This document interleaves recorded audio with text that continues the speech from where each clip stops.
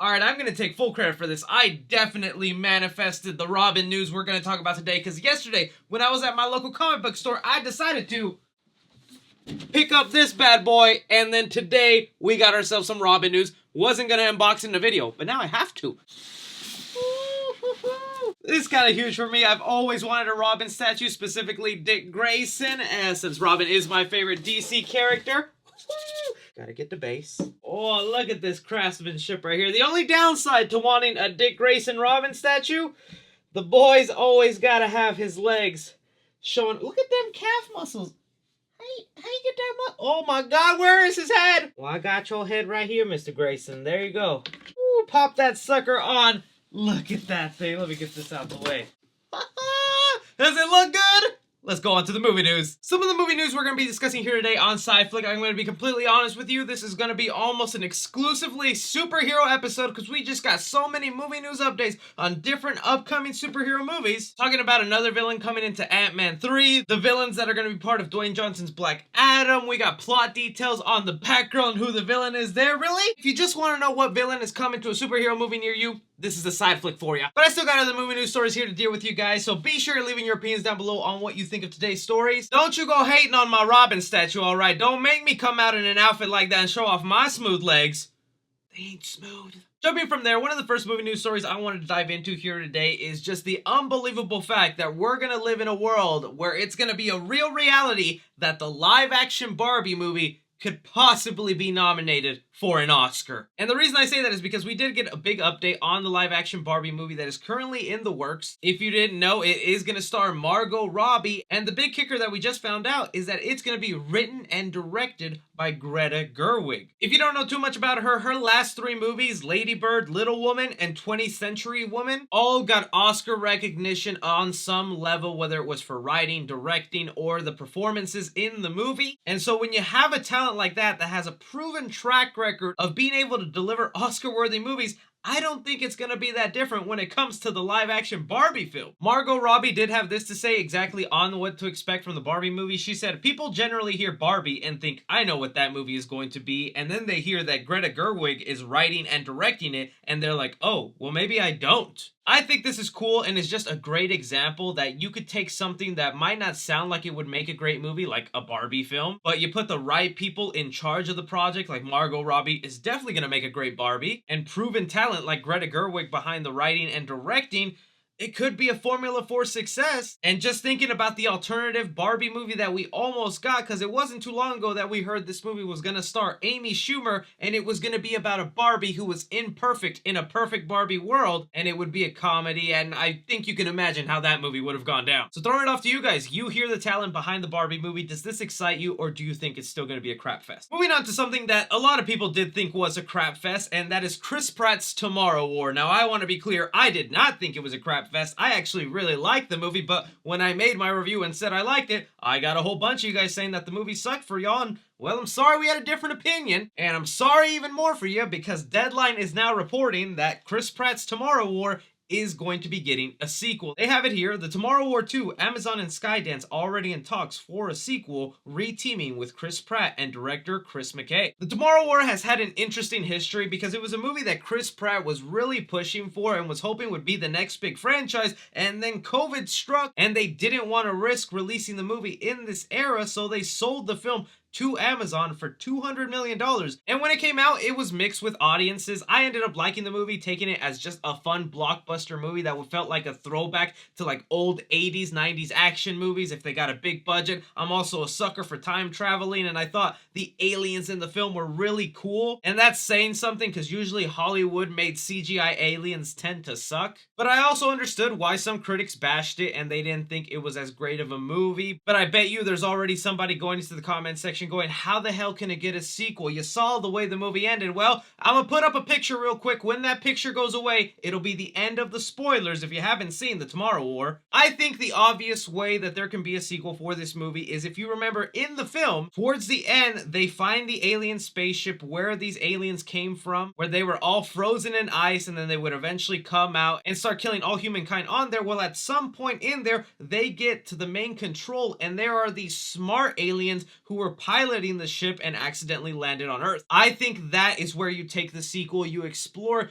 who these smart aliens were, why did they create these monster aliens, was Earth the original target, throw in some more time travel, maybe they've perfected the machine, they can go further back, forward. They never even touched upon why you can't have two people living at the same time, but that's just my opinion. I think it'd be really cool. What do you guys think about there being a Tomorrow War 2, and what do you think the plot should be? Alright, moving on to all this superhero talk going on right here, let's start off with Black Adam. As you guys know, Dwayne Johnson's Black Adam has actually just finished filming. Dwayne Johnson went on his Instagram earlier in the week and said that this was going to be the final week of shooting, so the film is done, and now we kind of have an idea who the villains of this film is going to be, and man, it could lead to some interesting stuff down the line. The Hollywood Reporter was recently doing an interview with one of the stars of Black Adam, Sarah Shahi, and in this interview she goes ahead and says, "I play a character named Adriana. She's a freedom fighter that leads a big resistance against an evil malicious group called the Intergang." In the article they describe them as, "In DC Comics, Intergang are a powerful group of criminals armed with weapons and technology from the sinister New Gods on planet Apocalypse. The New Gods include Darkseid, who was the big bad guy of Zack Snyder's Justice League. Intergang have now gone up against Superman more than once, and at one point the group were led by Lex Luthor." A couple of reasons I think this is cool and kind of shocking is because one, the Intergang is a group of villains, and well, Black Adam is going to have a group of superheroes,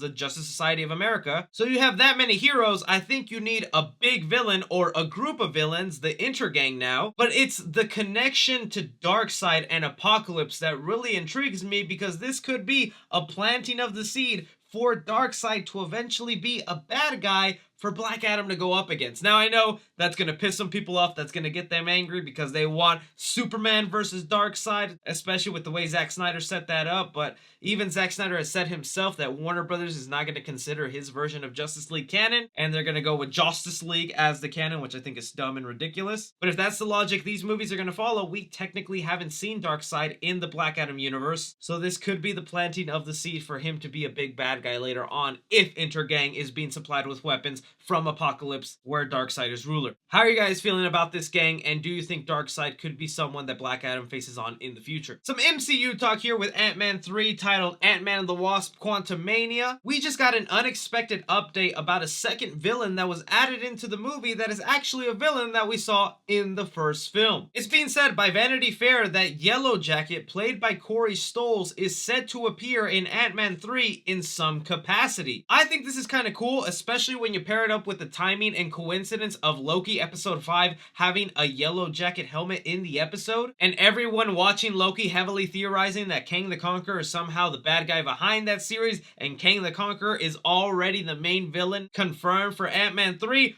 All these connections are starting to come together, but it's like, didn't Yellow Jacket die at the end of Ant-Man 3 when he got sucked into the quantum realm and he became pudding? It looks like for all we know, he could just be stuck into the quantum realm, living there. Maybe Kang the Conqueror finds him, shelters him, heals him. Plus, having the fact that he already has that pre-built-in hate for Scott and Hank Pym and all that family, I think already makes him a cool villain to come back. I still think it's kind of awesome that they brought him in, because I thought some of the fight scenes between Ant-Man and Yellow Jacket were really cool, so to see that happen maybe again, I think would be awesome.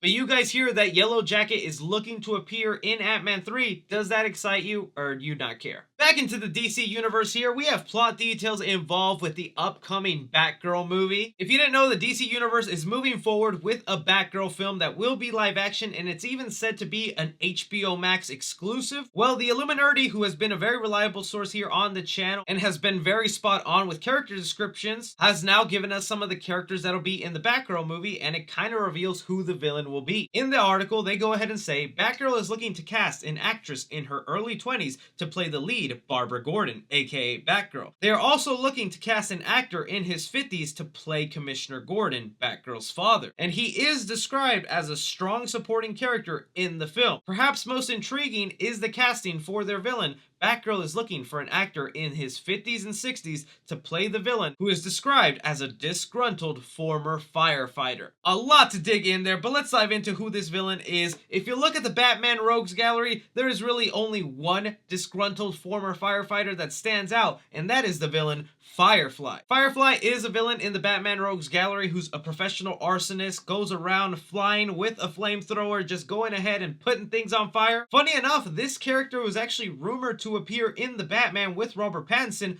I wonder now if he's still going to show up in the movie, or now because they've decided to make him the villain in Batgirl, he won't show up there. We've seen this happen with Warner Bros. And DC. If a character is going to appear somewhere else, they take them out of another thing. Because Harley Quinn was supposed to show up in an episode of Arrow, but then they wanted to use her for Suicide Squad and other stuff, so they made Arrow remove that Harley Quinn reference. Or maybe it'll work in their favor. They introduce a version of Firefly in Robert Pattinson's Batman, and then you'll get a whole different version in Batgirl's movie. I don't think the films will be connected, especially since they say here they're going to cast their own Commissioner Gordon, and Robert Pattinson's Batman already has a Commissioner Gordon, and it also lets you know this isn't connected to Ben Affleck's Batman because he also has a Commissioner Gordon played by J.K. Simmons. This is what the Flash movie is going to do for the DC universe, and when we witness that, it's going to show the multiverse that there's different universes, and this Batgirl movie will probably take place in her own universe where she has her own Batman, her own Gotham, and isn't really connected into the DCU, but because it's the multiverse,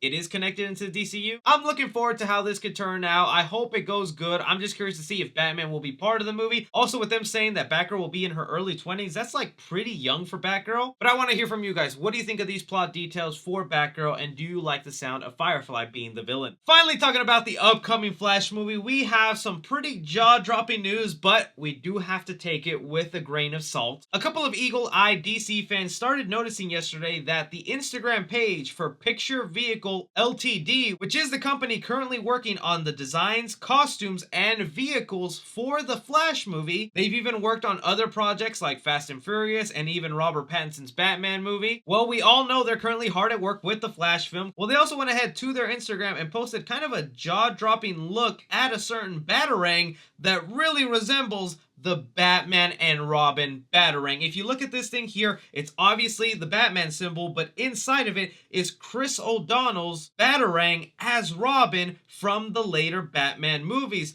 This really has my mind kind of going all over the place. Because for one, we know Michael Keaton's Batman is going to be part of the Flash movie. He's going to be teaming up with him. That's been confirmed now for the longest time. But we all figured that his Batman would be inspired all the way from Batman 1989 to Batman Returns, because after that, they went ahead and replaced Michael Keaton with Val Kilmer and then later George Clooney. Those movies were considered a little campier and stepped down in quality just a little bit, even though I still enjoy them. But now it actually might be that they'll try and keep some of that canon and reintroduce Robin into the Flash movie, who could possibly be Nightwing by now when we see that film. I also want to bring it back to that leaked teaser trailer that we got a couple weeks back that I obviously can't show anything because the last time I did, my video got taken down. But in that teaser trailer that is going to be shown at DC Fandom later in the year, there was a character that was blurred out by whoever leaked the footage, and everyone was speculating like crazy.